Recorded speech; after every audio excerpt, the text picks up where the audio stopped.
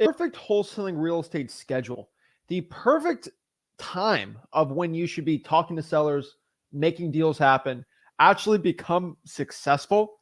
This is the video for you. What I want to do today is really not show you what to do, because I feel like, a lot of my videos, a lot of my great wholesaling content is about what to do, but mostly about when to do the wholesaling, right? I feel like that's part of wholesaling that not a lot of people talk about. It's when should I be wholesaling? What's an ideal schedule that successful seven-figure wholesalers do? Ones that, hey, maybe I'm broke. I want to make my first 12 grand this month, or just make six figures in wholesaling real estate. What should I be doing, right? Because what I personally do in wholesaling real estate on a daily basis is going to be a lot more different than what you do. But I feel like you can take some of this. So what I want to do today is just, let's do a clean slate, right? If you're wholesaling houses right now, kind of unlearn all these bad habits you've been getting, right? A lot of you guys you're wholesaling, and maybe you're working 10 hours, or this is my favorite, I'm grinding, bro. I'm grinding. And you're not getting anywhere. And you want to know, like, what is this issue? Why am I not getting to the point where I need to be? Why am I not becoming successful, right?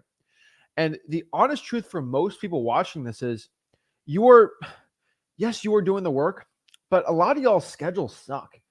And the truth is, and I will tell everyone doing this, 10 hours of wholesaling work is different for everyone.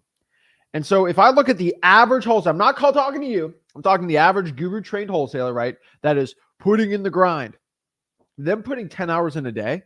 If I put 5 hours of focused work in, and I'm going to show you what focused work is, 5 hours is equal to 10 hours. And so this is the secret I'm going to tell you. And I know this sounds kind of cliche, and this is all for free. This is amazing stuff. But like, what I'm going to do is basically show you how to make 1 hour work equal 2 hours. And this is huge for wholesalers. So like, if you put in 5 hours, let's say 6 hours, it's equal to doing 12. Put 8 hours, it's 16. And I know it doesn't seem like a crazy deviation, but over a year, that extra double work is like doing 2 years of wholesaling in 1 year, 10 years of wholesaling in 5 years. And so this is effectively what my 7 years of wholesaling has pretty much been 14 years, because I've been doubling the amount of what the average person does. And because I stay very focused on the work I do, I stay very, very, very dialed in what I do. And that's what helped me get from 0 to 6 figures, and then 6 to 7, then 7 to hopefully one of the biggest wholesalers by the end of next year, maybe this year, who knows. But we're trying to gain more cash, more money in wholesaling, and that's the point here. So what I'm going to do is share with you exactly what my schedule is as a seven-figure wholesaler. I'm not the unique one. If I was a seven-figure wholesaler, I'd be doing a lot less work. I do a lot more than that because I make more than that, right? I'm doing what my schedule is consistent to somebody who, by the time I'm 30, I'll know this. I'll probably be the biggest wholesaler in the entire country just by sheer deals. But I'm trying to get that by like next year.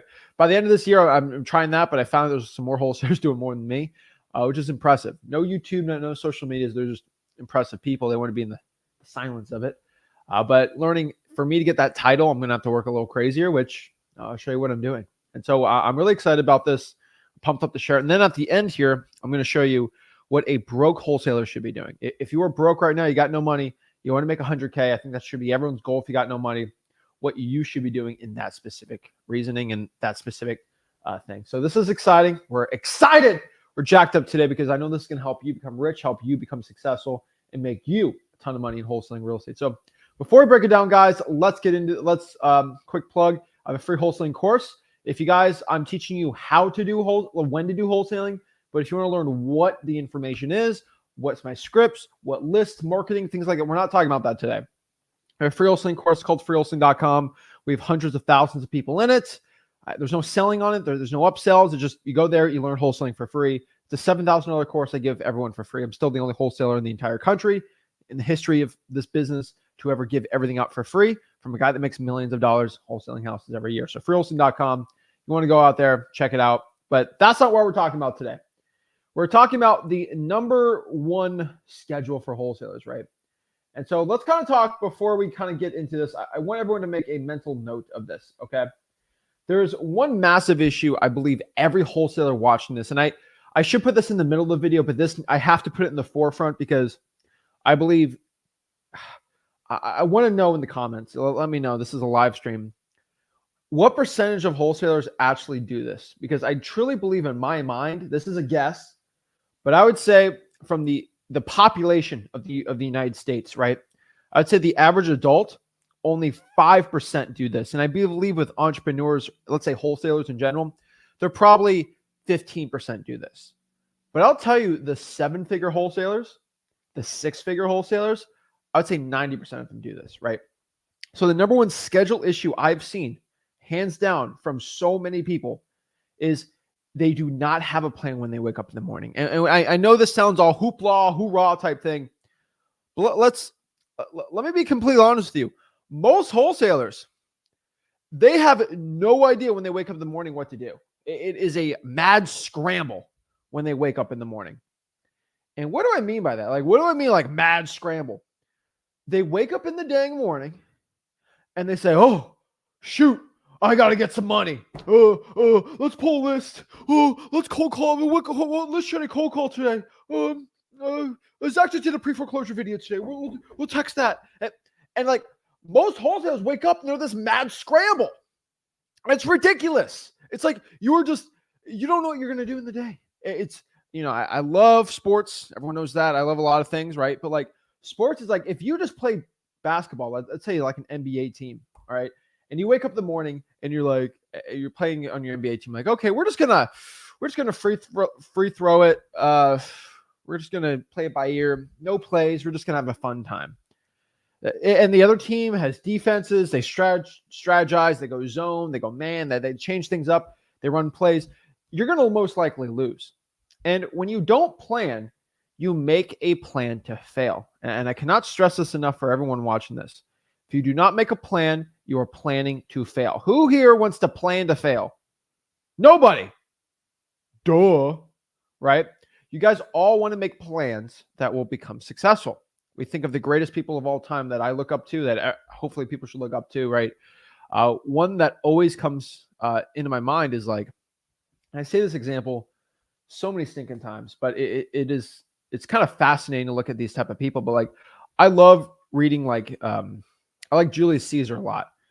Julius Caesar, if you don't know much about him, he basically ran most of the military in Rome when it comes to, where he was in Italy, but Rome back then. And he basically conquered everything north of that. Like, it's crazy. He went all the way from Italy all the way to basically Britain and just conquered the whole thing. And you think he went willy-nilly like, oh, okay, we're in France. Let's go. Let's just say, let's go attack you with a sword. No, they're like, okay, we're going to do this. This is the line. We got to go here. Here. We're going to do a pincher formation. They had all these military plans and strategies, right? And that's how they're able to conquer like that, the Roman Empire, stuff like that. Look at Alexander the Great. He all had plans. Look at all these great people. They all had plans. And so you look at like people modern times, right? Like you look at MLK Jr., right? Love MLK. He would have no one would even know who this guy was if he didn't make plans. If he just ran around town all day being like, okay, I feel like doing this. Oh, you know what? I feel like we should do this time. Just people show. No, he made plans. He worked with people. He mobilized. Like people like that made plans, right? And when you think of people like, Gandhi, George Washington, like military people, and then people and just like other things that really achieved great things in life, society, and things like that, they all made plans. And when you're watching this right now and you think you're just going to wake up in the morning and just play it by whatever you feel for the day, that is not how successful people run. And heck, even if you haven't made any money yet, like you need to start thinking like this, because when you start thinking like this, a lot of your stuff starts changing, a lot of your mindset. And I'll tell you, when I talk about actually doing efficient work, when it comes to doing an hour of work is equal to 2 hours for the average wholesaler, when you put in 10 hours in wholesaling, you have to get 20 hours of results. It's making plans. It's not using your mental bandwidth thinking of what to do during the day. You should already wake up like, okay, I'm doing this, and this. It's insane. If you're not doing this, I just wanted to let everyone know you must make a plan before you get up in the morning. So before you go to bed, write down what has to be done for the day. You should always have a plan for this. If you don't, you're going to be way set back for success. I tell everyone watching this, you will. So let's kind of go over right now my schedule. What does Zach Ginn's schedule look like? And then we'll go over basically what the average wholesaler schedule should be. And we'll kind of bring it from the top. So basically start in the morning, right? Whenever really the sun rises, it's kind of changing with daylight savings and stuff. But like usually 7-ish, 6:40, whatever the sun gets up. Usually like to wake up, right? There are times I'll wake up at 8 or 9. I mean, I make plenty of money, so like I can do whatever I want, right? I don't have a job, and so that's the cool part. But generally, when I wake up by the sunrise, it's good enough, I guess. That's kind of the routine I have. I wake up, I become grateful that I'm alive. I always wake up and I realize that there's a lot of people that didn't wake up in the morning, and I should just be thankful to play this game of life we have. And it's pretty cool. You're luckier than every dead person right now watching this. So when you wake up in the morning, you're like, wow, I'm alive today. What? How can it be like? Here's the reason why I tell everyone this: you cannot be angry and grateful at the same time. It's like being hot and cold. You really can't. You can only choose to be one. And so I always tell people, choose to be grateful, not angry, and you're always going to be better. And when you're in that better mood, you're going to kind of a smile to your face. When you get a little tired, a little sad, so we get it. We all get like that. When you're grateful, like, wow, all the dead people aren't tired right now; they're dead. And I'm alive. This is great. I should be thankful for this opportunity to even be alive. I have air in my lungs right now. I'm not waking up in excruciating pain like some people, right? Wow, that's great. You'll feel a lot better. Just tiny little mindset shifts. I know it's not crazy, but like that's what I do. And then strictly at 7:01, I want everyone to know this. I've told everyone this. I remember there's a ton of people that I have to prove wrong in my life. I know it sounds vindictive, a little revengeful, but there's nothing that gets me more jacked up in the morning than knowing there's a lot of people that don't want to see me successful. There's a lot of people that don't want to see me show up. There's a lot of people that don't want to see me balling these gurus. There's a lot of people that don't want to see me actually become successful and live the life of my dreams. There are people that wait. There's some people like this. You're watching this. You're probably a couple people in your life that maybe know of you, they don't like you, that don't want to see you successful. They don't want you to make 15 grand this month. They don't want you to see you retire your mom. They don't want to see you drive a cool car. They don't want to see you having these good things. Once you realize there's a lot of people to prove wrong, it's when I feel like that, I get a lot of hate sometimes, it gets me a little jacked up sometimes. When I see that, how can I be on my phone and scrolling through TikTok for an hour? No, I'm like, wow, I got a lot of people I got to prove wrong. I got to get my butt to work and prove everyone wrong to show that I'm the man. Now, is that an ego thing? Not really. I just like flexing on gurus. But I do realize in my life there's a lot of people that have preyed on my downfall. And I just got to keep making them cry because I think it's funny. I mean, I guess it's humor. But yeah, I wake up, get jacked up, and then we're good to go. So then in my schedule, 7 to 9, I kind of do this what I call quiet work. And this is stuff I love. Right when like 9 a.m. rolls around, everyone starts calling me, everyone starts texting me, everyone starts asking things. 7 to 9 is what I like to call quiet work. It's not really work, but it's work, I guess. This is when I kind of can research stuff. And so like when I'm working, like I'm wholesaling, like I'm not doing anything really else. But if I got to look at things that are going to affect wholesaling. And so I know this sounds crazy, but like I listen to the news every morning, but not like a crazy grandpa. But like I listen to some news sources to see what's going on in the world.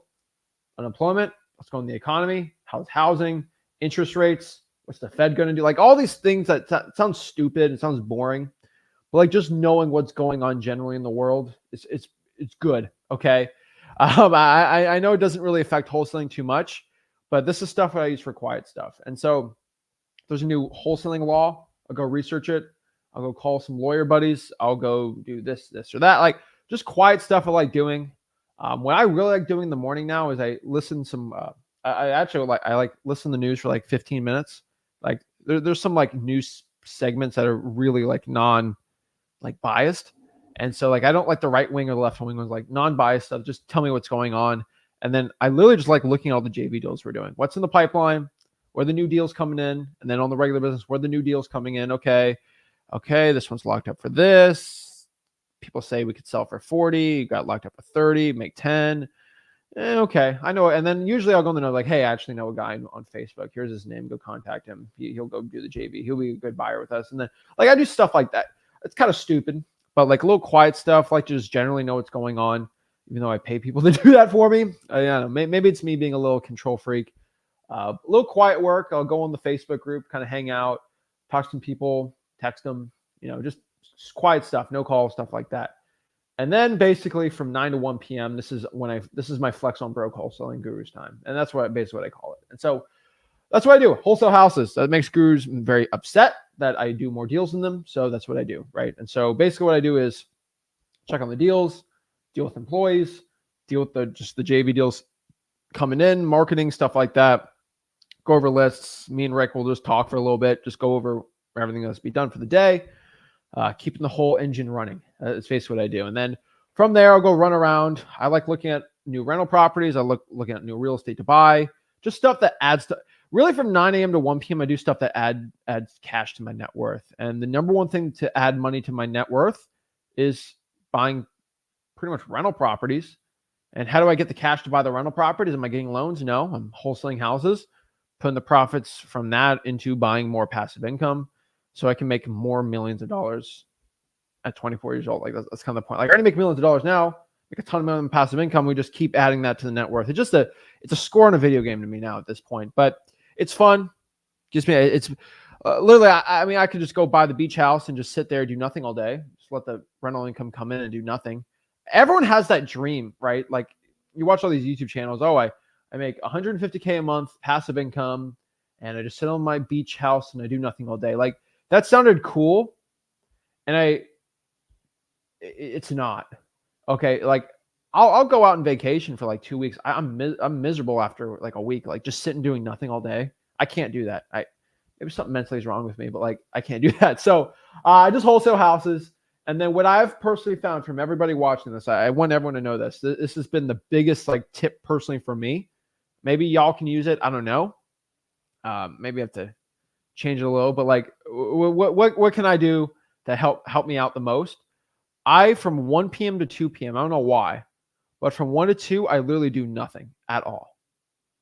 And like, what do you mean? Like, I do nothing that is real estate related. I will not do that. Okay. Like nothing to add my net worth, like nothing at all. And so it's like literally a break. It's a 1 hour break, right? I'll get some food or something, but literally I'll go play video games. I'll take a nap. I love taking naps. I don't know. I think working out gets me tired, but like I'll take a nap. I'll do a live stream. So like right now, this is a break for me from wholesaling, is I'll literally just talk about it. But this isn't wholesaling, right? Like I'm talking about it. I'm talking about my schedule. Like this isn't wholesaling to me. Like this will not add to my net worth. Maybe give some JV deals that would be good, but like this is something that's not like talking to sellers and like wholesaling. This is completely different. So this is like my break, I guess. You know, my break's talking about wholesaling. How mentally wrong am I? But I'm just saying it's kind of funny, right? But like that's what I like doing. And so I'll do a live stream here Tuesdays, Thursdays with Rick. But outside of that, if there's no live stream to be done, I don't record really videos 1 to 2. I'll probably just play some video games, take a nap, and eat. I know it sounds not interesting, but like that's what I do for like an hour. I enjoy it. I think it's cool. But like mentally stopping the real estate thing is like a break. So some people like to take 1 week vacations. All I have to do is take 1 hour a day, and that's all the vacay I need, right? I technically take 2 breaks. I'll tell you. And then I get back at 2. I'm like, oh my God, you are a lazy piece of snot, Zach. You gotta get back. I don't know why, but it's always like at like 1:30, I'm like, okay, can we get back? No, full hour, right? I get back, I keep working. 2 to 6 is really what I call the putting out fires time. I will tell you, there really has never been a week in my wholesaling, because the amount of deals we do, that there's not some crazy thing I have to do. And I don't know the best way to explain this, but usually, I'll tell you this. Usually there's always a crazy one. Some wholesaler stole our deal. Let's see. Some rental property had a attack on it. This Airbnb person decided to tear up all the flooring. This happened. Just crazy stuff happens. Oh, this person had a child support lien on the property, and we're not going to make a $70,000 deal. Zach, go save it with the creative financing, right? Like, just there's always a fire going on, and it's kind of not stressful, but like there's always something stupid happening. Oh, this big opportunity came. Oh, great. Oh, Zach, we need to put. Oh my gosh, what was the last one? The last one was, we got to put together this offer for this crazy multifamily in the Midwest. Like, what? And we got to do that. Like something crazy always usually happens. And from 2 to 6, that's what I'm doing. I keep working. I keep doing my thing, but like usually I have to go out and deal with something. Lately it's going out to title companies. Last week we had to go meet with lawyers for real estate related stuff, right? Just all this stuff, dealing with bad HOAs, like just stuff that like I can't have my acquisitions people do. I got to kind of go out here and do it. It's me and Rick together, but like 2 to 6 is like, I'm just a firefighter putting out fires. It's kind of annoying, but when you do the amount of deals that we do, it's fine. But the sad part though, is like when you have so many rentals, there's always something crazy happening that you got to deal with. And that's what I do. And so done working around 6 to 7, I work out with a couple friends, get jacked. But yeah, that's usually my time. I get to work out. It's relaxing. No wholesaling being talked about at all, which is really nice. And then I work out for an hour. And then usually 7 to 11 p.m., I'll go back, eat some food. I'll go record some videos. That's what I usually do at night because, I mean, I'm kind of done working, so I can just do stuff for fun, record videos. I'll hang out with my friends and family. And I like to study something, usually before I go to bed, like 9 to 10. I'll literally go out here and just study something non-money related. I know that's kind of weird to say, but like that's what I personally love doing. I like to study non-money related things. And so like, is it like history? It's been a really cool one. Learning languages, like puzzles, I don't know, whatever it is, chess, something that's non-money related. That's what I study and do. And so I said, last time I talked about my schedule, I was really into Super Smash, the video game, because all my friends keep making me go to tournaments and I keep getting my butt whooped. So I literally for like an hour a day, I would spend playing Super Smash Bros. I was maining as Rob. And so I was studying that hard. And I'm a lot better at it, but like I'm nowhere near pro. Some of my friends are pros at it, like legit professionals. So did that. Now I'm studying Dutch and French because I'm going there next year. And so I've been studying that. And so something that's non-wholesaling related that keeps my mind occupied. That's pretty cool. And then video games, watch TV, stuff like I know like, Zach, you're not grinding 15 hours a day. No, but I got employees for that. But yeah, 7 to 11, that's it. And then I go to bed. That's pretty much it. But the question is, why does that schedule work? Why have I found a lot of success with it? Why has that always helped me out? Why has that always kept me going, right? I'll tell you right now, that has worked because I don't really waste time. All right. Like when I have a break, I have a break. And what I mean by that is like, there's no TikTok. There's no me scrolling endlessly on Instagram. There's no texting a bunch of people. This is just focused work. Like my phone's like off when it comes to like family and friends. Family, like I'll get calls, I guess. But like focused work. And this is why when I have 1 hour focused work, it's equal to 2 hours of regular work. Because I'm not doing stupid stuff. All right. I'm not going out here and like, oh, I'm playing around on Facebook all day. No, none of that's stupid at social media. No, I just work. And a lot of you guys get caught in that trap where you're working, but you're not working. You're kind of like side working, right? If you have a regular job, like I've done that, like I get it, right? When I was working at a grocery store, like, you're kind of working, but you're not. You gotta stop that stupid stuff. Okay. Well, you're like, well, let's do a podcast. Why texting? It's like, no. Okay. You just got to focus on what you're doing. I know it's boring, but there is a thing I want everyone to understand. That your brain has like a dopamine meter. All right. And what I mean by that, like little things get you dopamine, right? And so like, for example, if you play a little video game, you're going to get dopamine from that, right? From playing it, your body gets numb to that, right? And so like, if you're constantly getting things and interacting, when you do something that's kind of boring, like it's boring to you. But like, if you do nothing all day and then like something's like, oh, Zach, you want to go read a book? Whoa, a book. It's interesting because you're not used to like doing something fun and exciting. And so like, it's kind of like a tolerance. And so a lot of you guys just focusing and doing one task and working is too much, right? It's way too much. Oh my gosh, I can't do it because you're used to playing the video games, the scrolling, the texting, the pictures, the information. Like that's what you're used to. I know, oh, I have ADHD. You don't understand, Zach. Like Rick has ADHD. We've worked really hard making sure that like we can do all together, and he's dialed it in really well. Even if you have ADHD, you will benefit from the no social media thing. And so like, if you have ADHD, you have those problems, right? I can't comment on that because I don't have that issue, but Rick really does. And so one thing he does, which I've actually implemented my own, like what I do is I do time blocks. And so I'll do one task for an hour. And that's all I do for that task. I don't focus on anything stupid else. I get that thing done. And so I'll spend like an hour on the JV deals. I spend an hour on like comping, an hour dealing with employees. I'll take 30 minutes out for a cash buyer to talk to them if they've been buying a lot of deals, wholesaling related, stuff like that. 1 to 2 hour time blocks. It's like, right, for example, I'm on a break. So like this is a time block for this live stream to like take a break, right? And that's what works. Personally, that's what works for me, right? If you actually go out here and start focusing on the work, it works really well. So that's what I do. That's my schedule. I know it sounds weird, but that's personally what helps for me. The cool part is you are not me. You don't have to do that schedule. But personally, what I found when you're running a bigger operation, this is what keeps me sane. I've seen so many wholesalers run big operations and do things like that crazy. They just get out of this business, right? And the truth is, this works for me because I don't have an office. I don't go into an office every day. I'll tell you, if I had to go put on a suit jacket and walk into my wholesaling operation office and go work from 9 to 6 p.m. every single day, 5 days a week, that's the same thing as a job. I hate to tell you, like it's stupid. All right. I work from home. Oh, is that terrible? No. What about your acquisition? Where my acquisitions people are on the road. My cold callers are in the Philippines. They're calling. Like, what do I need an office for? To sit there, sound good all day? Like me and Rick, we've ran a bunch of offices. They're literally jobs. So we just wholesale houses from, the kind of the internet type thing. That's what we do.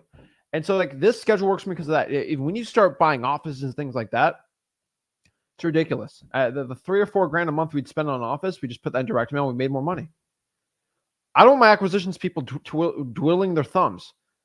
They can go do follow-ups from their house. They're a lot more happier doing that. As long as the results happen, you're good to go.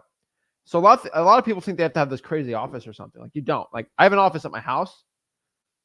That's pretty much it. It's like my studio. Like this is another studio we have. Kind of an office, I guess. But like, I mean, like I'll go in here and like my acquisitions people come in, I'll train them. But like, I don't really need anything, right? So I think a lot of people get that confused. But that's why you see a lot of wholesalers that run big 7-figure operations. They really burn out because they feel like they're wholesaling hard and then they don't have to work in an office anymore. And then they go retire. Like I just do whatever I want whenever I want. And so the reason why I run my schedule the way I run it is like I go to like Mexico and like on a beach fishing, and I could just stay there for 2 weeks like I do a lot and just do that. Like I can go to Miami for a week and just like chill out and just do whatever I want because I have the computer. That's all I need to run a 7-figure wholesaling operation. I set this business up this way so I could do stuff like that. I think it's pretty cool and gangster. I go to Netherlands for a month and just do whatever I want there, or France or Germany. Like I can do that, and I am doing that, and I have everything scheduled. I've been doing this for the past 2 years. I have this dialed in, where if I got my computer, my phone, that's all I need to run the operations. That's why it works for me. Now let's talk about the wholesaler, and probably the reason why you're watching this is like, okay, I got no money, Zach. I don't have I don't have like 4-hour time breaks and all these things. I just gotta get cash. Zach, I'll do whatever. I'll work 15 hours. And I want to really let everybody know. Yeah, maybe I'm working, what is it? Like, I don't know, 9 hours a day, maybe 10 hours a day. Like, does that include weekends? Oh yeah, that definitely includes weekends. Weekends are a little different. I don't think I talked about the weekends on here, but like on the weekends, usually 7 to 9, I do my quiet work. 9 to 1, I'll still work. And then usually from like 2 to 6, I'll do something. Friends or family, like, well, there's always something to do. I'll probably go fishing in the morning or something, or like do something fun, and then hang out at night. But like, I'll still put in 5 or 6 hours on the weekend just because I think it's fun. But that's what I do. So if you're starting out, you got no money, I want you to understand. Yeah, maybe it's like 9-10 hours a day I'm working, and I choose to do this. I mean, I'm 24 years old. I got no kids.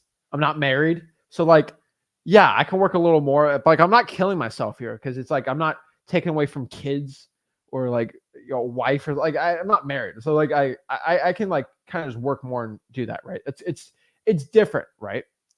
Like if you have kids and it's different. I completely understand that. Right. So like, I have an opportunity to do this, but guess what? I'm 24. Right. Like when I'm 30, I'm probably gonna be a lot more different. I'm probably work a lot less. But I think at 24, it's fine. So when I was 18, 19, 20 years old, right, those were the years when basically from 17 to 20 years old for those basically 18, 19. So about 3.5 years, all I did was wholesale real. I want everyone to understand when I was broke, let's talk about my schedule when I was 17, 18, 19, 20 years old. All I did was wholesale houses outside. When high school was over, because I put like 4 hours a day into wholesaling in high school. Like it wasn't crazy. I still made six figures. But like really that 18, 19, 20.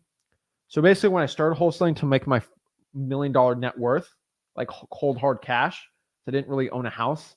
I own rentals, but like it wasn't like, oh, it's all in a property. No, it was all cash in a bank account. My first $1 million at 20 years old. How did I get that? I will promise you, all I did was eat, breathe, sleep, wholesale real estate. 17, 18, 19, 20 years old. Think about that for a second. That's all I did. Oh, but you do that. No. It's about 14, 15 hours a day. I always worked out, always spent time with family. Friends are a little harder to do, but I still kept up with them. Maybe once a week I'd hang out for like an hour or two. But like 14, 15 hours a day, all I was doing was wholesaling houses. That is literally all I was doing. It was bad. I'll tell everyone, I do not recommend the average person do this. But I told myself, if I'm going to put 15 hours a day for the next 3 years of my life, I'm going to do that for the next 60 years of my life. I can do whatever I want. And so, yeah, I'll still work 9, 10 hours. But like, if I really wanted to, I could slash that in half. I could probably work 3 hours a day if I wanted to. But like, the business won't grow crazy. So like, I still do it. I think at 24, right? Now, if kids married, yeah, probably chill that out. Like, I'll probably chill that out a lot more. But like, what's the point? Why am I doing that now, right? And so this is what I'm doing. So, yes, I put 15 hours in. So you might want to put 9 or 10 hours in. And so what I'm telling everyone right now is I don't know how many hours you should be putting on wholesaling. I don't have it. So is it 17 hours a day? Is it 25 hours a day, right? Some people are going, I get asked, how much cold calling should I do a day? I'm like, you should probably do about 25 hours a day. And they're like, okay, I'll do 25 hours. No, bro, there's 24 hours in a day. Why are you doing 25? I get that all the time. But honestly, as much possible time you can in wholesaling real estate that doesn't take away from your family or your health, you should do it. And so for the average wholesaler, if you're doing nothing else, I would recommend you put at least 9 to 10 hours a day into wholesaling. I would recommend that. Some people only have 4. Some people, heck, only have 2. Some people have 7. It's all different, right?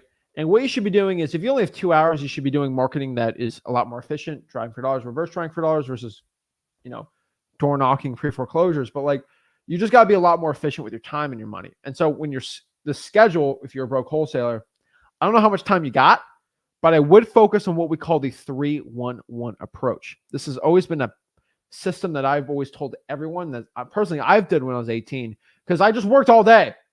And so like, I usually just split my time between this 3-1-1-1 because your schedule's all over the board. And so that means for every 5 hours of wholesaling work you do, so I usually do 2 of these in a day, 3 hours should be spent towards marketing. 1 hour should be spent towards going on appointments, acquisitions. Then 1 hour should be on dispositions.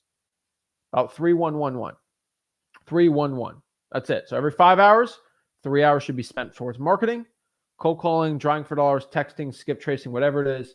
1 hour acquisitions, 1 hour dispositions. Now, if you have no deals, those acquisitions, dispositions one should be a little shorter. Spend more time on the marketing, right? And then if you are a broke wholesaler right now, you should understand that before 9 a.m. and after 8 p.m. should be your quiet work. And so there's no cold calling. There's no texting during these times. Don't talk to realtors. Like before 9 a.m. and after 8 p.m., these are really not what I call, I know this sounds cliche, but like these aren't money-making hours. And what I mean by it's not money-making hours is like you're not going to be like closing deals and making a ton of money at this point. I'll be honest with most people doing this. It's not. Okay, what you should be doing is you should just do the quiet stuff. And what I mean by quiet stuff, comping, skip tracing, pulling data, like stuff that's like quiet, but like you shouldn't cold call before 9 or after 8. And so that means during 9 to 8 p.m., 9 to 7 p.m., roughly, whatever way you want to do, you should drive for dollars. You should reverse drive for dollars. You should cold call. You should text. You should talk to sellers, talk to buyers, do digital bandit signs, go to the courthouse, whatever it is. You should be doing this. This is time for you to make money. This is time for you to get rich. This is time for you to go out here and make it happen. Okay? Trying for dollars, cold calling, texting, talking, whatever that schedule is, that daily routine. But from 9 a.m. to 7 p.m. is money making hours. That is it. You have to tell yourself, like, this is time to make money. All right? And then, but what if we, no. Do it. Go out here and do it. If you need a 30-minute nap, take a 30-minute nap. Whatever you want. But I'm telling everybody right now, that should be your schedule. All right? Get some sleep, get some food or whatever, but really just focus hard on that. You just do a 3-1-1 approach, time block it, whatever you want to do. But you got to go out here and do it from there. And really, it's like, okay, Zach, but like, then I get this. Okay, I know what time and routine to do, but like, what should I be doing, right? And for the vast majority of people who need direction, I'll always tell you to create a goal, think about the result, and then do the actions required for said goal.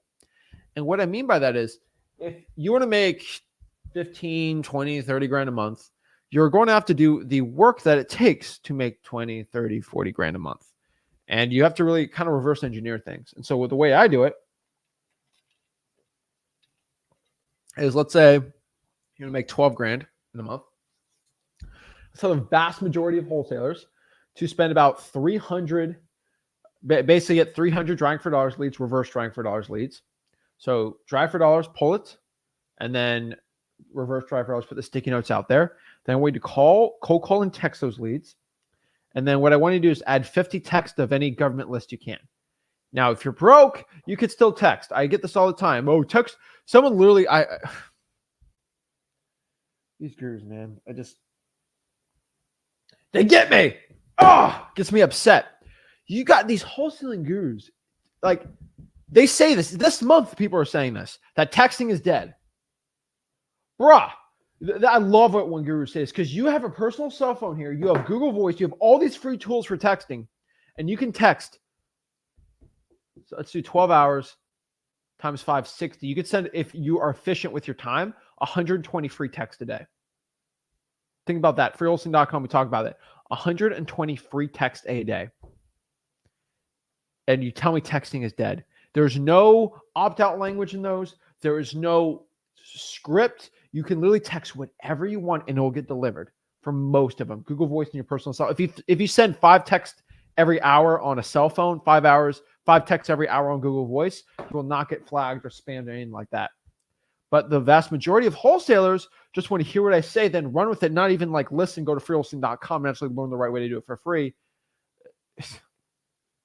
It's ridiculous. I don't understand why wholesalers don't understand this, but like, if you actually go to freewholesaling.com, learn how to text for free, you only send out 5 texts per line you have per hour. You can send whatever script you want. It's better than any paid software. Now, I'll tell you this, okay? You probably should be using smszach.com if you want to do kind of more the paid route. But if you're broke right now, you could just use Google Voice in your personal cell phone and just text it out. It's crazy. Most people aren't willing to do that. I don't understand it, right? I think I told the story in my last live stream on my personal channel. But there's this guy at the gym that he's wholesaling land. And he actually does really well, him and his dad. And usually if I work out really late at night, he's there, right? Like 9 p.m. or something, right? And he's a cool guy. He's a young kid. So he saw one of my videos and, you know, he'll like watch some of my stuff, but like, he's funny. He's like, I got my phone banned. I'm like, what do you mean? He's like, iMessage doesn't work. I'm like, why doesn't iMessage work? He's like, I sent like 2,000 texts in a week. I'm like, when? He's like, all at once. I'm like, that's because he didn't do the 5 an hour. And so like, he heard me, got excited to start doing it, but he didn't go to freewholesaling.com on that part. He's like, I should have done that, right? And so use different ad copy, do 5 an hour. I'm telling you that's the efficient way to do it. But you get people telling you that wholesaling, like texting's dead, all this stuff. They're doing it because they don't know actually how to wholesale. They're not innovative with their wholesaling strategies. Got to be innovative. And so for everybody watching this, we got to remember, we got to cut the fluff. What is cutting the fluff? A lot of you guys in your daily routines and daily schedules, I want you guys to really understand this. Like, do you really need to take a 1 hour lunch break? Now I take a 1 hour break. That's different for me. But like, I mean, you could take a 1 hour break, but like, are you gonna take an hour for lunch and then a break after that? Do you really need an hour to eat? Are you really eating 4,000 calories in a day? Let's get real, y'all. Okay. You do not need a full hour. You take 30 minutes for lunch, maybe read a book or something, and then just like go in. But like, cut the fluff. Like, I want everybody watching this, if you're especially younger, look at your screen time and get real. A lot of these teenagers have 8-9 hours a day on their phone screens. And I'm not like a grandpa saying, you get off that phone, sir. No, like, I get it. But like, if you're spending 2 hours a day on TikTok, that could be 2 hours on cold calling, 2 hours on anything. And maybe you have 2 hours on YouTube, maybe you're watching this live stream. That's fine. But like, be a little more efficient. And what do I mean by that? Like, watch this live stream while you're drawing for dollars. Just listen in, right? You can do the visual if you want. Like, there's a lot more efficient stuff you can do. While you're skip tracing, put the live stream on the TV and then start skip tracing manually if you're doing I want people I want you guys to watch me, okay? But if you're at the point where you have to watch a live stream and you can't cold call or whatever, probably not the best thing. What you should be doing is like, when you're doing stuff that's like, you're pulling lists and stuff, yeah, put the live stream on the TV or whatever, right? Like, you don't have to go out here and just watch the live stream. So some people have information, like grab your phone, put the YouTube video I got going on there, and then go on your computer and work. Like, you can be a lot more efficient with your stuff too. And so look at your screen time, guys, and get real. Is there any like fluff I can cut out that I can add into wholesaling? I would say the vast majority of people watching this, you could probably add an extra hour a day into that. That's 7 hours in a week. That is what? That's 5, right? That's 30. That's about 35 hours, I would say, right? Yeah, I would say about 35 hours in a month. So that's like an extra week. And then like, if you want to get crazy on it, get 7 times 52, right? That's 300 and something, right? 7 times 52, that's 364 hours extra you can do if you just cut the fluff. You'll probably find an extra deal. Make an extra 20 grand from that, right? Telling everybody watching this right now, be more effective. You can use your time a lot better. And I talked to people at a live event, right? And I ain't going to call anyone out, but like, this person was just like, they were spending like 6 hours a day with their girlfriend. That's not a bad thing. I'll tell you, that ain't a bad thing. I get it. But like, they were working and then they like hang out for 30 minutes with the girlfriend. Then they go back to working and like do it. And I'm like, the girlfriend was there. I was like, hey, girlfriend, like, do you like that? Where you're like, he'll hang out with you and then leave and then come back and leave? No, like, all right. How about this? How about you don't see the girlfriend? They live with each other. I'm like, how do you don't see your girlfriend from 9 to 5? What? Yeah. Don't even talk to her. And then from 7 to 11, all you do is focused on her. It's all about her. She's the princess. I didn't say it like that, but she was like, yeah, it'd be way better if you just spent 4 hours focused on me versus like kind of working, kind of not, but I spent 7 hours. No, it's better just have quality time with that person. Right. And so like a lot of you guys will do that, right? You'll kind of work and kind of like, you got to get real with the time you got.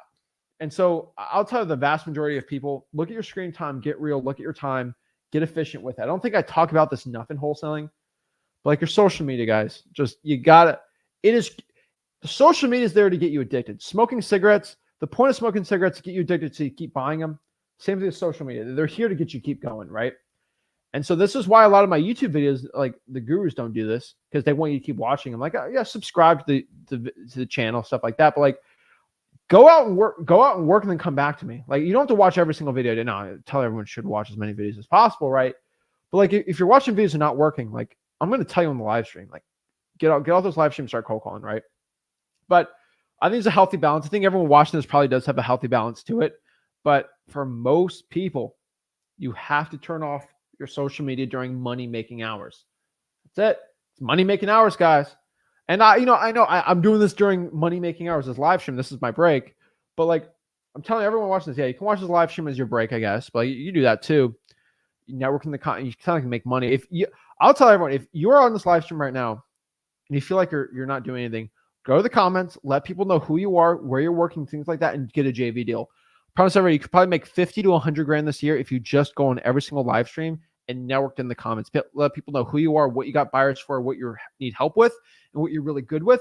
You can make a ton of money in the comments. Guys, you got thousands of people watching. If I put your YouTube thing on your profile, people will hit you up. You'll do wholesaling deals. Okay. And so like, for example, here, you know, I see this in the comment, like, where is this?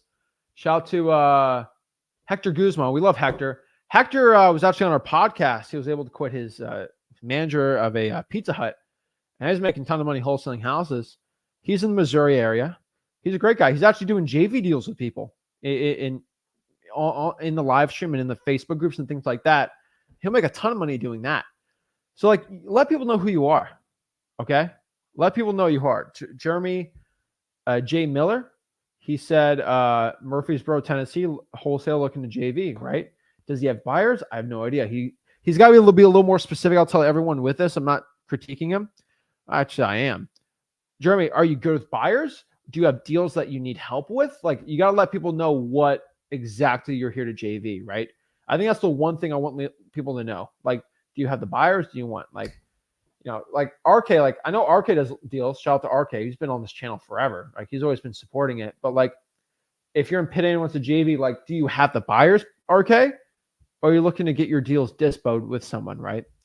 That's exactly what we got to do. So if you get more efficient with it, you'll do a lot better. But guys, that is the perfect schedule. I'll tell everyone, if I don't know a better schedule, I think a lot of people, I hate to say this. A lot of you guys get like, oh, you must read.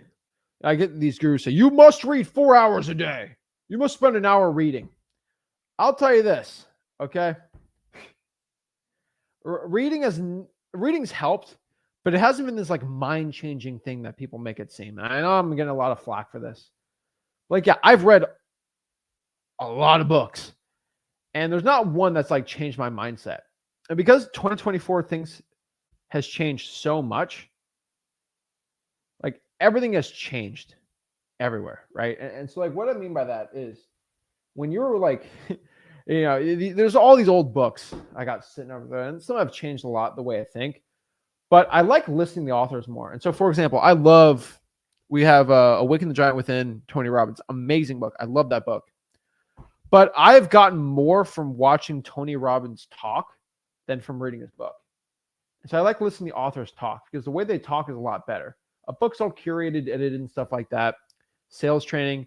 There's never been a book that taught me how to cold call. There's never been a book that's taught me how to text sellers the right way because texting changes all the time. I was in Barnes & Noble the other day, and I saw a book on Facebook ads. It was the funniest book I've ever seen. I should take a picture with it. Like, this book was printed in 2018, and you're going to teach me how to do Facebook ads. Yeah, like nothing changed. They got SEO, stuff like it's hilarious. And so this is why I do live streams. So let's say I wrote a book on wholesaling houses, right? It would take me a bunch of time to do that, but like, why don't you just go on the live stream, hear me talk about what's working currently right now? Boom. It's easy. But yeah, that's the one thing I'll tell you about my schedule that I don't add in. Like, I don't read crazy, right? I'll listen to authors and stuff. I always study things. Like, I mean, I'll read, but like not books. Like, I'll read articles, news sources, study things, but like, I ain't going to a book for that, right? I think a lot of people overrate books. I don't know. I think it's a new age. Maybe it's my generation. Like, audiobooks are good, but like, I'm just telling you, it's hilarious. So, guys, that is the schedule you got to be doing. If you are not doing the schedule, you are definitely you are not doing it the efficient way. You are definitely missing out. I feel like if everyone efficiently knows how to wholesale houses, they efficiently know how to talk to these sellers and efficiently go out here and do it, you'll do a lot better. So we're gonna do a quick audio check here. We're gonna start pulling some questions up and answering them because I'm here to help you guys out, help as many people as possible. Let's see here.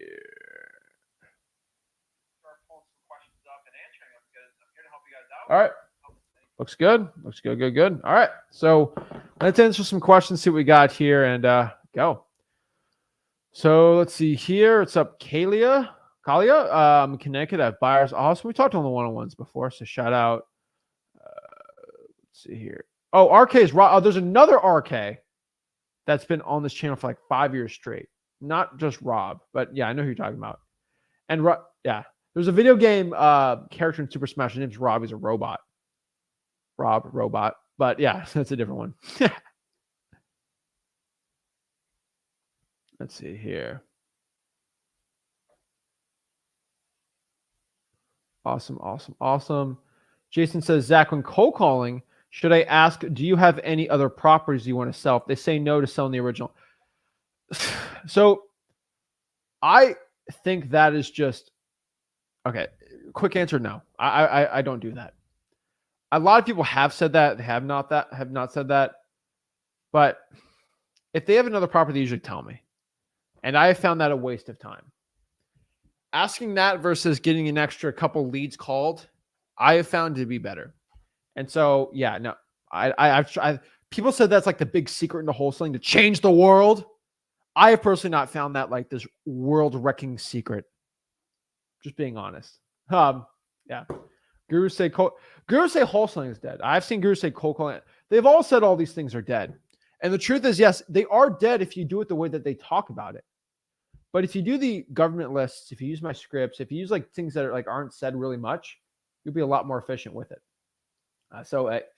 These gurus, man, they drive me crazy. Can't go wrong with Super Smash Bros. It's so stressful. I got last tournament, I got whooped by Yoshi on a no platform map. That was embarrassing.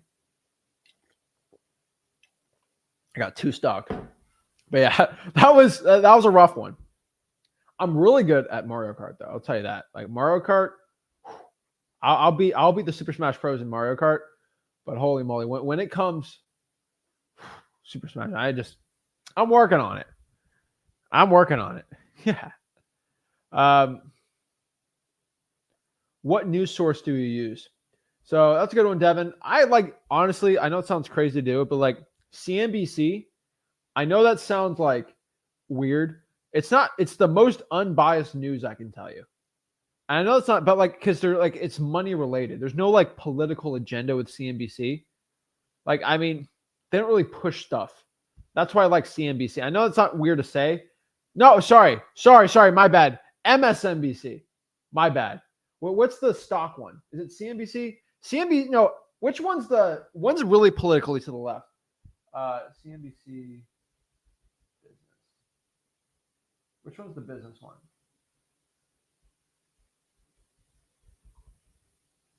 All right, CNBC. Yes, CNBC. MSNBC is the one that's like left leaning, I think I found. And then there's like Fox News, which is like kind of to the right? CNBC. So that's like the business stock market channel. And they have like, they do like stuff on like my Amazon, like they'll do it, right? But yeah, no, I'll tell you that I've personally found the best. I like NPR too, but they have a little bias going on too. BBC's okay, but like not the I have personally found everyone that CNBC's been the best one because they'll just tell you news and how that affects the economy and money. I know it sounds crazy, but like that's kind of their focus. That's their spin. They'll tell you the news and what this means for this. They won't say this is a good thing or bad thing. Like they'll say there's government shutdown. They're not going to tell you, oh, it's bad that the government's shutting down or it's good because of this, or that. They'll just tell you the government's shutting down, what this means for like money, real estate, things like that. And like, I know it sounds weird to say, but like that is personally, I have found they have like little segments. They'll go for 15 minutes, just tell all the news in like 15 minutes. I'll pop that on. That has been the best news I've found. You guys listen to political news from left to right and all this. I personally don't get into that stuff. What political party am I in? I'm in the wholesaling real estate party. If it's going to help wholesaling real estate, I'm all for it. So that's what I found. So what I'm going to do, what other questions we got here? Let's do one more and then we'll do some one-on-ones. Zach, watch. Whoa. That profile pic makes me want to watch. Zach, my county keeps telling me the list I request do not exist. What lists are you talking about? You got to be specific. The probates don't exist. The code violations don't exist. The pre-foreclosures don't exist. Like, what are we talking about, right?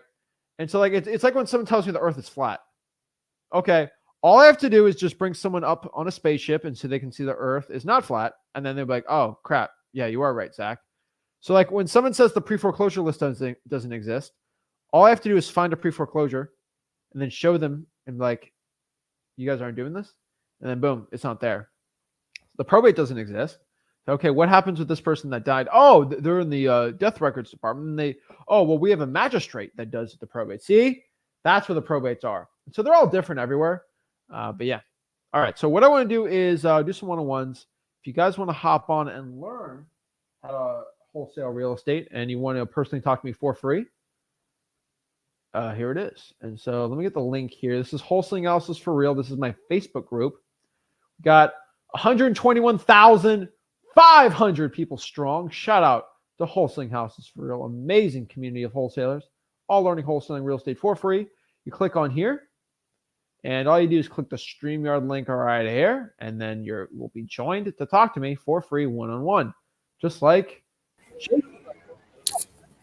What's up? Can you hear me? I'm glad you found the link. You keep asking, where's the StreamYard link? Where's the StreamYard link? I'm like, bro, you're not like 94 years old. You're young. You figure it out. So here's the thing. I block Facebook throughout the day. So I was trying to, because I don't want to be on social media all the time, because I'm kind of guilty of that. So I didn't know if it was another way. So exactly. So I found a way. I was wondering, I have like 100 follow-ups to do almost like every week. It starts like Monday, and then by Friday I get it down to 0. It feels like I have too much in there. I was wondering if I should be a little more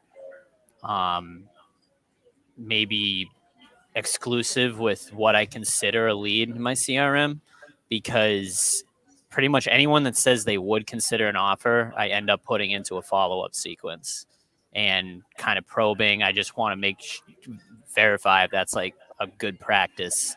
And if there's anything more that could be done to reduce that number that you guys do specifically. Yes. And so what we do is basically we can kind of, I don't know the word, like it's like triaging, right? And so basically what they do when you get in the ER, they'll tell you like, is this an emergency or is this someone that we can they can wait an hour, right? So for example, your hand gets cut off. It's like, oh, we got to do that fast, right? Versus like, oh, you have a tummy ache, right? Like that's how they do it in the ER, right? They triage you. You got to triage your leads.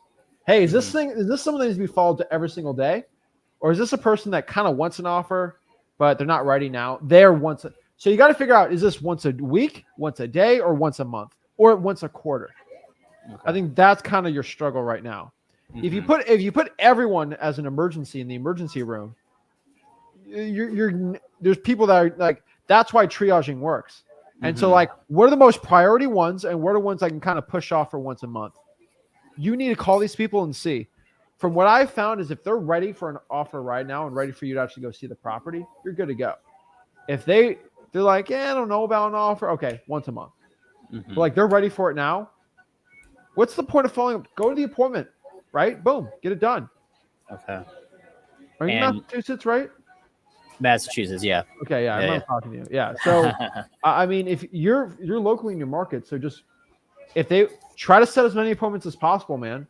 And if they're qualified, obviously condition the sellers and then go from there. I think, unfortunately, you're going to have to call all those 100 leads and really figure out where they're at. Are they ready for you to go see the house? If they're not, once a month. Okay. If they're ready or close, once a week, right? Okay. The problem with follow-ups, man, it's like I like following up, but the point of the follow-up is to get the appointment, right? And make sure they're not in la la land on the price. That's it. Now, that was another question I had too, was when is the actual right time to go in the appointment? Because I feel like I've actually... Yesterday.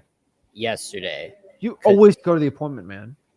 Always. See, I asked your dad yesterday, and I gave him a specific lead, and he told me not to go on it, and I had other people tell me to go on it. Tell me about the lady is so stressed out about a tenant. Just always complaining about her, keeps talking herself down on the price with me over the phone, just keeps going and going and going. Every time, it's been about a month of like maybe 3 follow-ups I've done with her, 1 a week.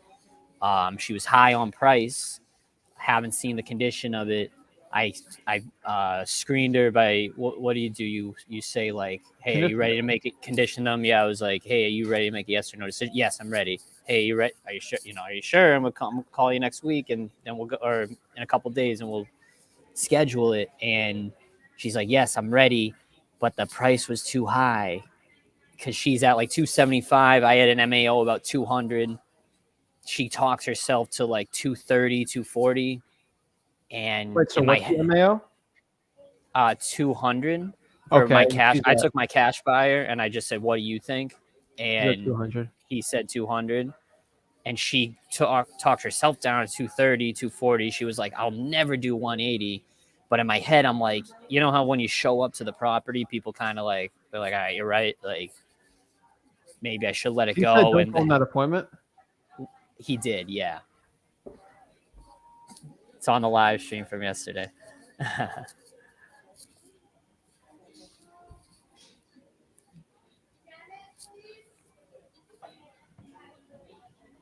Hold on. You're on the live stream. Jason told me that you said don't go on the appointment because the lady wanted too much. What are you talking about? All right, you're on the live stream right here. I'm talking to Jason. Okay. Jason told me you told him not to go on the appointment. I think he's getting you mixed up. You're gonna have to get clarity on what we're talking about here. Yeah. So don't you agree that if the seller wants too much, you got to tell them if they're in the ballpark or not? And if you're in doubt, you got to go on the appointment, right? Yeah, it just depends on how far of a drive time people got to go. Yeah, what's the drive time on this? 2 hours. Oh, you didn't tell me that. See, all right, That's the best market of Massachusetts. You didn't mention that. It's the best market of Massachusetts. See, I know Rick I'm going to drive. again, okay? You're trying to tell Rick, oh, don't. You told me don't go on the appointment. No, I should go out. Who cares if it's 2 hours? Oh, 2 hours is a little bit. All right, I appreciate it. Yeah, you gotta get dialed in on that one. Okay, I appreciate it. All right, I'll see him. Jason. Okay. So my issue is my market's too far away. 2 hours, yeah, okay. That's the point where everything is in reason. I thought it was like 20 minutes away. Go on that for 2 hours. Yeah, I'm gonna say no. Okay, that's 4 hours. 90 minutes, no traffic, actually. How much? 90 minutes, no traffic. Yeah, but you're not going to do that, right? It's going to be 2 hours. And so, yeah, at that point, no. Now, if you're over there for another appointment, sure. Mm-hmm. But like, bro, for 2 hours, no. Like, there's always a percentage. That has a 10% chance of you getting the deal. Probably 5 to 10. Is that worth it? No, not for 4 hours, right? Because you can go on other appointments. So that's a lady you kind of keep on the back burner if something changes. Mm-hmm. I would not drive 2 hours for something that bad. Okay. Could I ask one more question? Ask 30 more. I don't care. 30 more questions. Okay. I'll give you one. But are we only giving offers over the phone to probe for the appointment? Is there times you don't give any offers over the phone? So what I would do in this situation is I'd say, hey, Nancy, or whatever her name is. I was just say, hey, Nancy. Hey, I was talking over on this property with Jason, and he thinks it's going to be a lot more work than we thought and than what you think. I mean, Nancy, when was the last time you saw the house? 2 years ago? It's definitely going to need a lot more work. He told me we can't buy it for $230. We're going to have to be closer to probably $195,000. Does that still work? Okay, when's a good time for me to come by? No, it doesn't work? Well, I mean, why doesn't that work? Okay. Well, unfortunately, I'm not here to waste my time. If we go there and it doesn't work, it doesn't work. But we're gonna have to be definitely under. He told me we have to be under 200,000 on this. That's not an offer. I'm just saying we got to be under that. Okay. That's not an offer, but you gotta. Now if they say 200 will work. Okay, go in the appointment because you can cut them down from there. Mm-hmm. Right. Okay. All right. And I guess maybe this 2 quick hours. Man, it's the only market though. That's the thing. We'll set 4 or 5 appointments up. And then do one from there. Just gonna parlay it because I did have another one I was gonna do that same day. But yeah, no one wants to go to that market too, so that's why I choose it because I just kind of that mentality. But parlay. I've never heard someone call that, but it's not wrong. Parlay.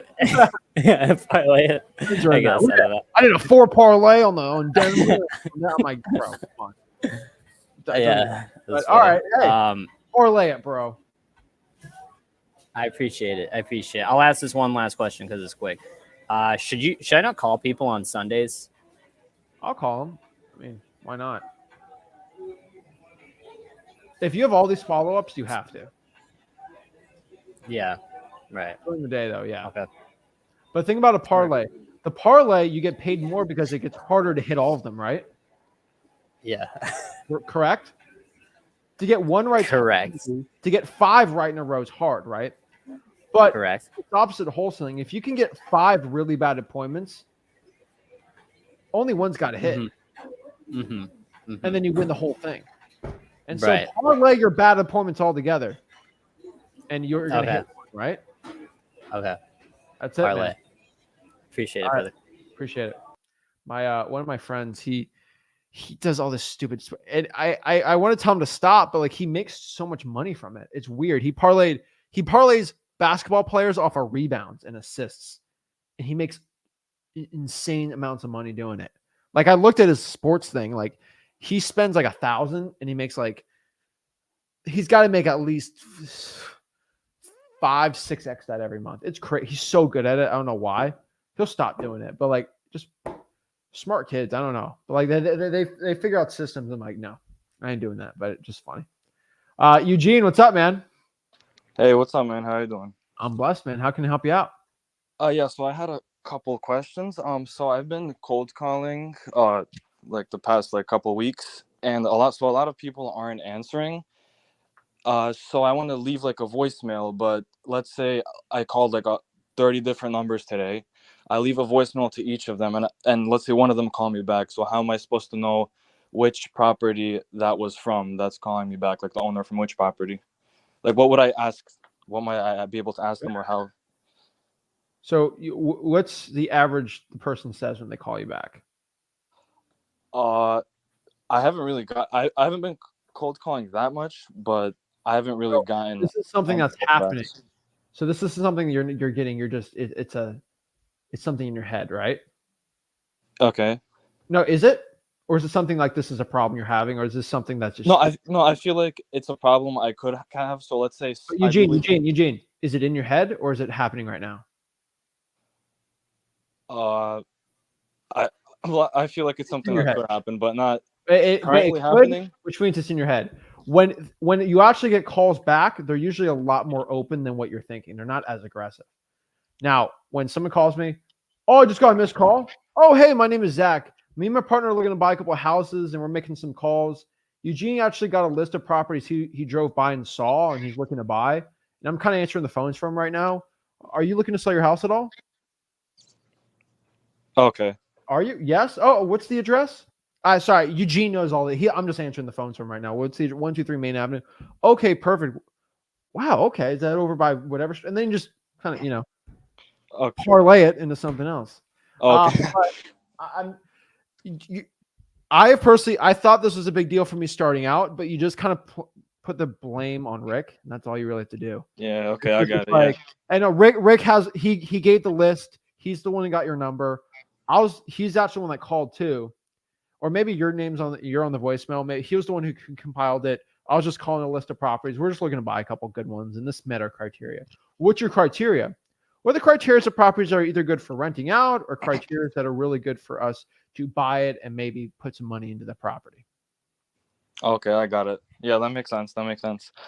Yeah, one more quick question. So I've left, let's say like about 100 texts approximately to people who have not answered my phone call, and I only got like 2 or 3 responses.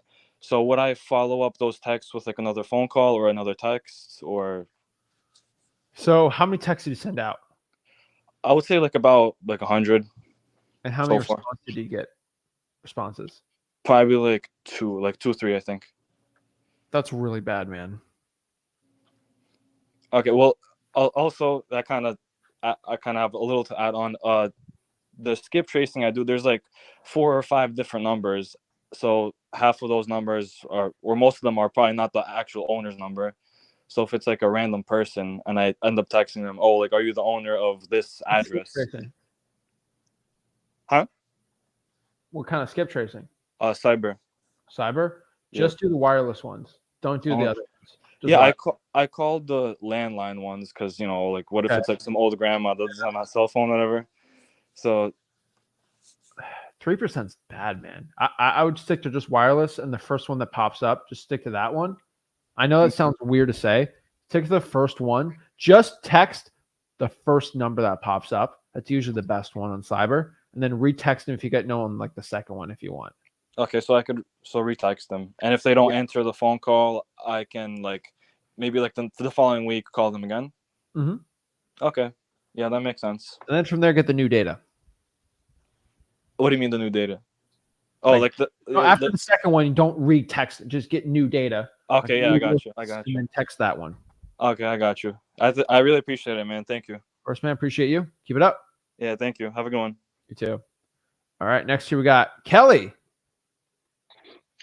Hey, Zach, can you hear me? Loud and clear. What's up, man? Oh. Hey, I just had a couple quick questions for you. So the county that I've been working with, I pulled all of their code violations. Now they didn't separate it out. They just sent me a list of 11,000 leads. Now there's a lot of them that are repeats and some of them that go back 7 or 8 years. There you go. But every month they, instead of me going to the code enforcement office, I can just send an email to them. They send me that information. But the thing is, it repeats all the same old ones with some new ones. And I was going to see if there's any way that you know of, or any way that maybe you and your team handle large batches like that maybe have repeating data, as opposed to just going through it line by line in Excel. Of data points, like you're going to get, it gets a lot. I get it, man. So the best one I have found is I have a master list of already skip trace, because the most expensive part of this is probably gonna be the skip tracing, and you don't want to spend time reskipping. And so, like, I'm gonna give you an example. So we'll get hundreds of thousands of high equity leads pulled every month, and 100,000 skip traces is a lot of money, right? I mean, that's gonna be a couple grand in skip tracing every month. It's not a crazy. Sorry, no, 100,000 be like 10 grand in skip tracing. Like, I'm rich, but like I ain't gonna spend. I'm not gonna waste $10,000, right? And so what you do is you get a master list of all your skips. You'll copy that into a new file, and then get the new data and find which ones are duplicates, and then remove that, and then skip trace the ones that are fresh. I know it's weird to say. So like for your code violations, put that list on with your current ones you have, and then find the duplicates. Remove every duplicate out of it, and then make that into a new fresh data set, if that makes sense. Yeah, so like what I did is I pulled all of like the most recent ones and then separated out like for overgrowth and accumulation of debris from like noise violations and stuff like that, because they gave me all of those. And I brought that list into PropStream and skip traced, because that left me about like 250. Oh, that's not bad. No, and like I removed the duplicates myself just because I work a 9 to 5. That's where I'm at right now. I'm just on a break. So when I get home at night, that's what I work on, is that list. And on my lunch break at work, I try to make calls when I can. Awesome. I mean, honestly, what I personally found too is you make sure you get rid of there's code violations for commercial properties, government buildings, churches. You just got to get those out too. Usually there's residential, like there's like a little thing when you pull the data, it has that separated. If not, ask for it and you'll be good to go. 250 is not bad. You can get that done really quick. Yeah, and like I said, that was me going through manually, changing parameters in Excel to separate that list from 11,000 down to 250, just because a lot of it's just junk information that I don't really need. My other question for you was about Podio, because I was watching one of your videos about setting up your Podio. And I know in that video you said you guys had wanted to put together a wholesaling kind of package for it, but it didn't work out. It's so when I was like, I'm not here to overcomplicate it. The whole web thing, I'm like, no, we put all those resources into freewholesaling.com and mailingmaster.com. I would just do that. The whole Podio thing, it's supposed to be simple, man, not complicated. Yeah, and so what I've been doing instead of that, because when I tried to kind of follow along, it looks like they've changed some of the UI of it some, and how the real estate packages, they changed that up. So I couldn't exactly get mine set up. And then as soon as I tried to add some of the stuff I was searching for, like some of the modules, it was then telling me that my free version could not accept any more objects. So I was like, okay, well, I'll just go back to using Excel then for right now, because I'm just one guy doing it by myself, and I'm broke right now. but you don't need crazy, like, you don't need all this nutty information. Personally, what I found the best one is there's a comments on the right hand corner for Podio, and I'll put all my BS stuff in there Okay. about the seller. And so, like, I don't need to know all the specific crazy stuff. I'll just put in the notes myself. That's in there. Okay. I personally found the reason why I like the Podio so much is when you're driving to the appointment, I always put on the comments for all my acquisitions people. They do it, and then I can look it over. Hey, I'm going to the appointment at 11 o'clock. Our MAO is 240. He knows, or she, when they go in the appointment, I have to be below 240. That's all they have to focus on. They don't have to focus on anything else. They don't have to be like the comps. No. Hey, focus on the seller, focus on their issue, below 240. That's all they got to focus on. Probably going to do a good cop odd cap at like 180. See if we make 50 on that deal. That's what they do. But like, they're like, oh crap. Like they go on 4 or 5 appointments in a day. They can't memorize it, right? But they can go on Podio, pop it up on a red light and be like, okay, 240, perfect. And I've been guilty of this. Like, we have so many leads sometimes. Like when I usually have to go on a training appointment, I might not even look at it. I don't need to. I see 240, fine, done. I can go on the appointment like that, no problem. Because I've trusted that we've already done the comps, you've already done the research. 240, that's all. So that's why I like having on like a cloud-based thing. If you want to get better with that, like if you don't like it, I love using Google Docs. Google Sheets would be better because you can just have it on your phone. And you can import Excel into Google Sheets if you want to be like that. Anything on the cloud pop up on your phone is probably the best one. Yeah. All right. Well, hey, I appreciate it. Like I said, I just had those couple questions for you. Perfect. And the last thing I'd tell for everybody watching this, just please export all your Podio leads tonight and just import it on a Google Sheets just in case. You never want to get your stuff locked out. Yeah. All right. Thank you, Zach. Appreciate it. And then also in Kelly, he said he used PropStream. If you use PropStream or Batch or like dmzac.com, if you skip trace, they're going to, if you had like a duplicate, they're not going to charge you for it. And so that's one thing I like using the paid softwares for that because they definitely help a lot with that stuff. But yeah. All right, let's see here. We got Elizabeth. Hello. All right, bye, Elizabeth. Alex. Hey, Zach. How's it going? Good, yeah. I have 3 questions about land contract. I've been trying to find the land contract on your website. Can't find it. Please help me with that. Are you looking to do a land contract? Yeah. For what? For wholesaling. Okay. Why don't you just use a regular purchase and sale? Say again? Why don't you use a regular purchase and sale contract? Oh, okay. I'll use that. Yeah, because I was watching one of those videos, and Vic said that there's like a different contract for land. Oh, okay. So there's something called a land contract. It's a little different than a purchase and sale. So if you're doing a deal just to wholesale a piece of land, use a purchase and sale contract. Okay. The term land contract is actually different than like what you actually think. So that's why I get a little confused. All right. Freewholesaling.com. It's all in there. All right. Cheers, mate. All right. So yeah. So guys, I will tell you this, and I've said it a million times here. If you go to freewholesaling.com, it's my free wholesaling course. You will learn wholesaling real estate. Why do I always say this? I'll be completely honest with you, because when someone asks me a question that I already have in the course, you should go through it. So like for Alex there, like I'll answer the question. I ain't going to be upset, but like if you went through the free course, you ain't going to like, oh yeah, duh. I just go to freewholesaling.com right there, click it, boom, download the contract, right? It's all in that free course. We spend tens of thousands of dollars a month to keep stuff like this going just so you guys can get free wholesaling content.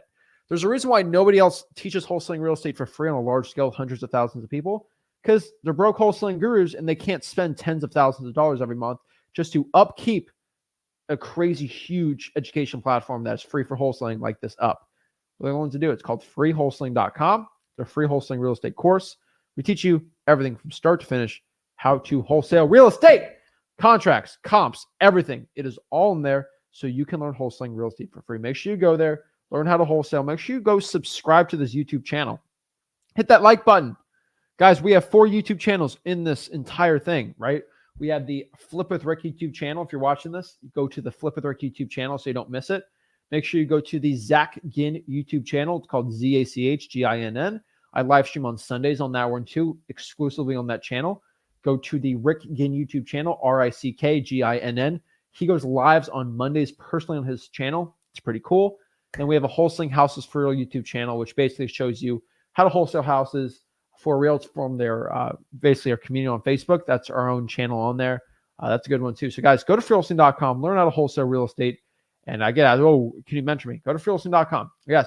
So where can I get a mentor, bro? Bro, just go to freewholesaling.com. That's it. That's it. So guys, if you got any value from this video, smash the like button, subscribe. See you on the YouTube channel later. And make sure you subscribe, and I'll see you soon.